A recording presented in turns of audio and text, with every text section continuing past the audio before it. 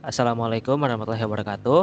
Perkenalkan kami dari kelompok POPAS Anget dan di sini kami akan mempresentasikan hasil tugas IMK kami dari step 1 sampai step 14. Di sini kami meremake UI dari web Igrasias. Oke, sebelumnya perkenalkan, nama saya Muhammad Fandika Tegar Siswanto dengan NIM 130.122.3208. Saya Simon Wetar dengan NIM 130.122.3018. Saya Muhammad Alfat Kafami dengan NIM 130.122.3173. Saya Putra Eka Wiragita dengan NIM 130.122.3052. Dan saya Nolan Sadida dengan NIM 130.122.20280. Oke, selanjutnya sebelum itu saya akan memperkenalkan apa itu web Igrasias, di mana web Igrasias itu merupakan web yang ditujukan untuk memberikan akses kepada Civitas Akademika Telkom University menuju ke layanan akademik seperti memantau nilai perkuliahan, melihat poin TAK, jadwal perkuliahan, dan lain sebagainya.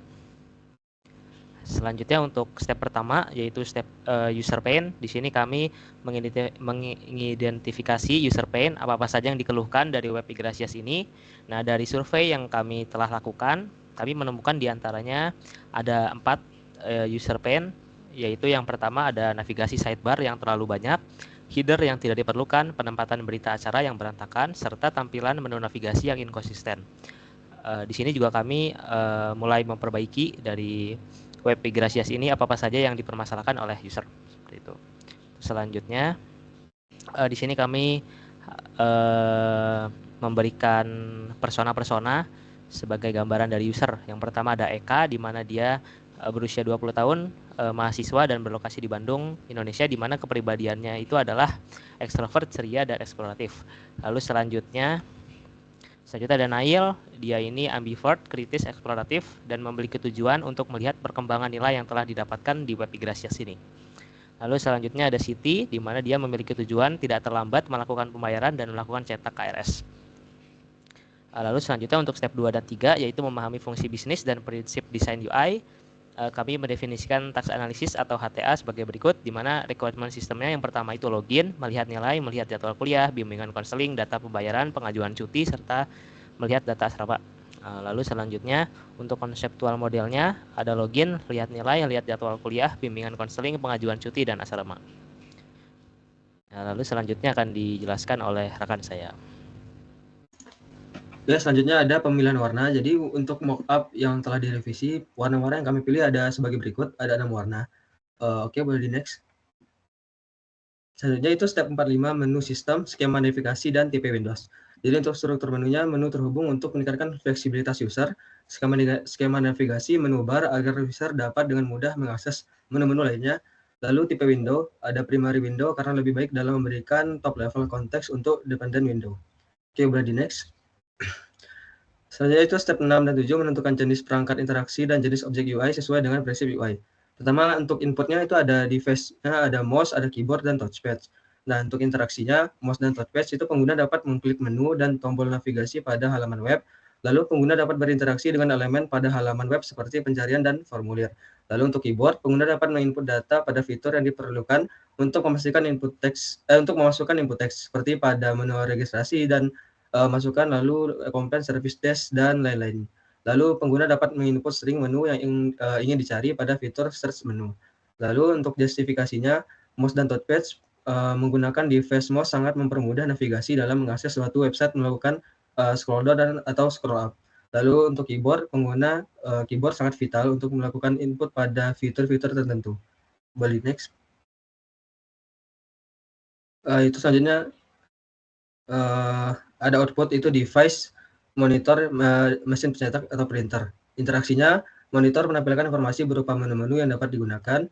Mesin pencetak atau printer itu agar pengguna untuk membuat salinan fisik dari informasi digital yang ada di Igrasias seperti jadwal kuliah yang sering diperlukan. Justifikasinya, penggunaan monitor itu sangat penting untuk melihat apa yang sedang ditampilkan. Lalu buat mesin pencetak hanya dibutuhkan ketika kita ingin membuat salinan fisik dari dokumen atau soft file yang didapat dari Igrasias. Boleh next. Nah, di sini ada beberapa contoh tampilan dari menu-menu atau interaksi yang akan digunakan dengan device yang ada.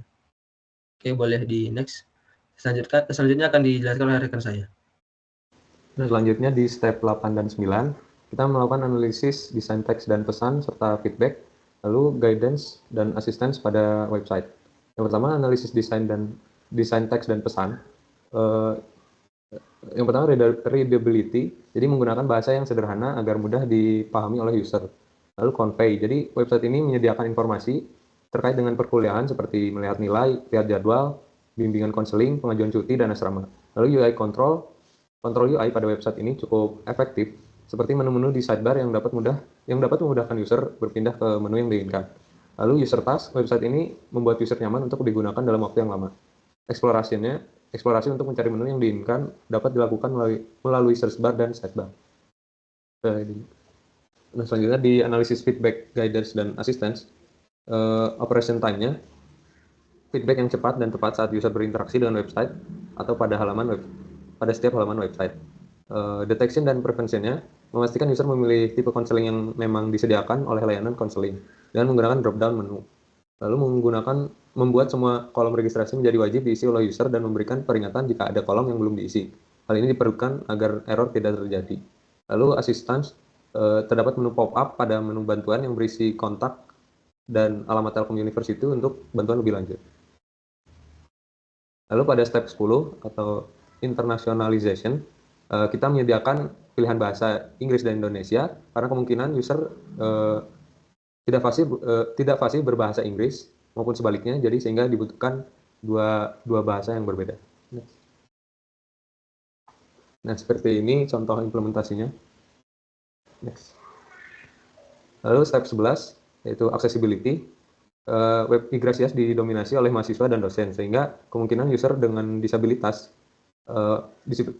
physical movement, cognitive, speech or language sangat kecil. Kemungkinan tertinggi user dengan disabilitas adalah user dengan disabilitas visual. Jadi beberapa yang harus diperhatikan, ukuran, lalu kontras, dan navigasi yang mudah dioperasikan. Next. Terus di step 12, icon, grafik, dan warna. Di sini merupakan beberapa icon yang digunakan pada redesign website Igrasias yang kami lakukan. Next.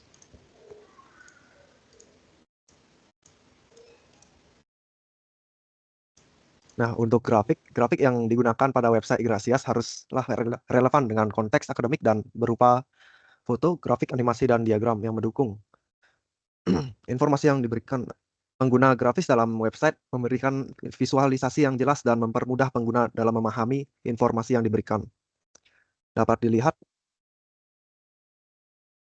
di bawah itu yang kiri itu beranda, yang kanan itu informasi asrama. Selanjutnya.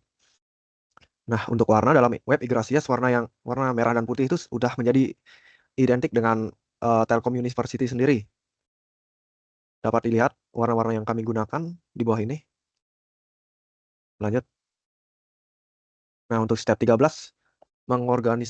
pengorganisasian dan penyusunan layout proximity-nya.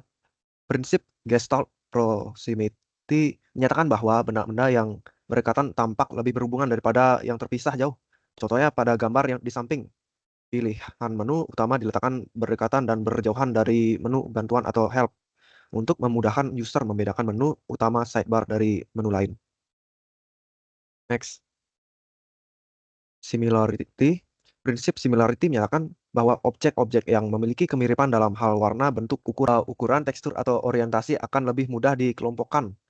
Dapat dilihat pada gambar di samping, menu yang ditampilkan seperti account, dormitory, skor, dan lain-lain diletakkan sejajar dan memiliki bentuk yang sama, yaitu persegi panjang, serta memiliki warna yang serupa. Next.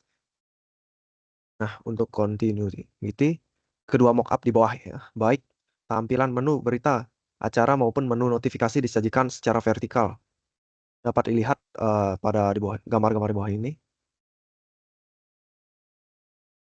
Untuk closure, posisi pesan notifikasi diletakkan di tengah dengan dikelilingi white space. Size pesan notifikasi dibuat besar agar white space tidak terlalu banyak dan agar user tetap dapat berfokus dengan isi pesan notifikasinya. Next.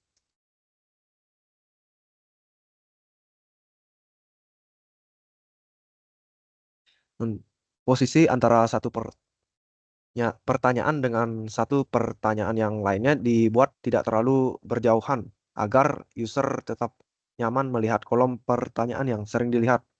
Dapat dilihat untuk di gambar di bawah ini pertanyaan yang paling sering ditanyakan contohnya. Next. Nah, untuk step 14, prototyping dan rencana pengujian. Untuk hipotesis, user dapat menggunakan Yggdrasil dengan nyaman, navigasi Yggdrasil efektif dan mudah digunakan, tampilan Yggdrasil lebih dari sebelumnya. Nah, untuk parameternya itu waktu pencarian fitur, contohnya menentukan apakah skema navigasi yang dibuat di Yggdrasil sudah efektif. Nah, untuk tingkat kepuasan pengguna, menentukan apakah solusi yang ditawarkan untuk mengatasi user pain sudah tepat atau tidak. Next.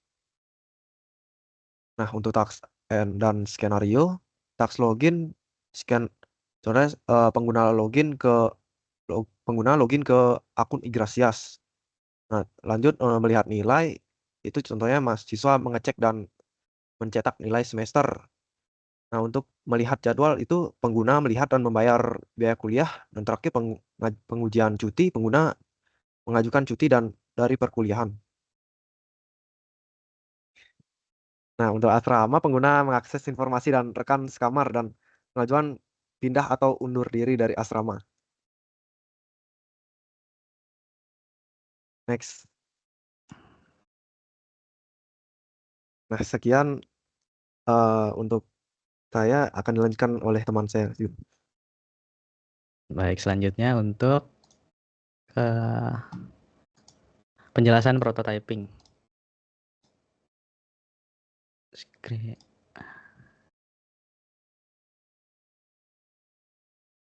Nah, untuk prototyping itu sendiri, kami membuat beberapa task yang akan diprototype. Task yang pertama misalnya ada login, ada melihat nilai, melihat jadwal kuliah, pengajuan cuti, asrama, pembayaran, dan lain-lain. Di sini langsung aja ke pengujian testing. Yang pertama itu login, kita bisa input username dan login juga langsung. Terus kita bisa ke menu mahasiswa, masuk ke menu akun. Di sini ada data pribadi, data perkuliahan, dan riwayat login. Lalu ada menu asrama, ada informasi kamar, undur diri asrama, pindah kamar, dan rekan sekamar. Berikut contohnya, informasi kamar, undur diri asrama, pindah kamar, dan rekan sekamar, informasi rekan sekamar. Lalu ada lihat nilai, di sini ada data nilai, bisa dilihat.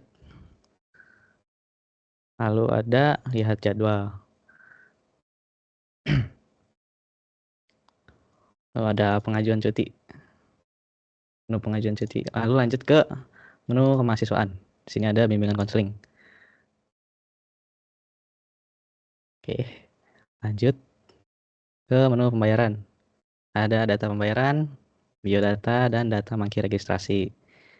Lalu menu selanjutnya adalah notifikasi. Di sini akan ditampilkan jika ada pemberitahuan dari Yggdrasil. Bisa langsung dilihat di sini bagi mahasiswa.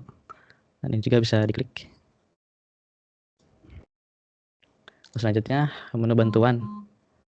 Ke menu bantuan ini akan menampilkan pertanyaan-pertanyaan yang sangat sering ditanyakan oleh para user.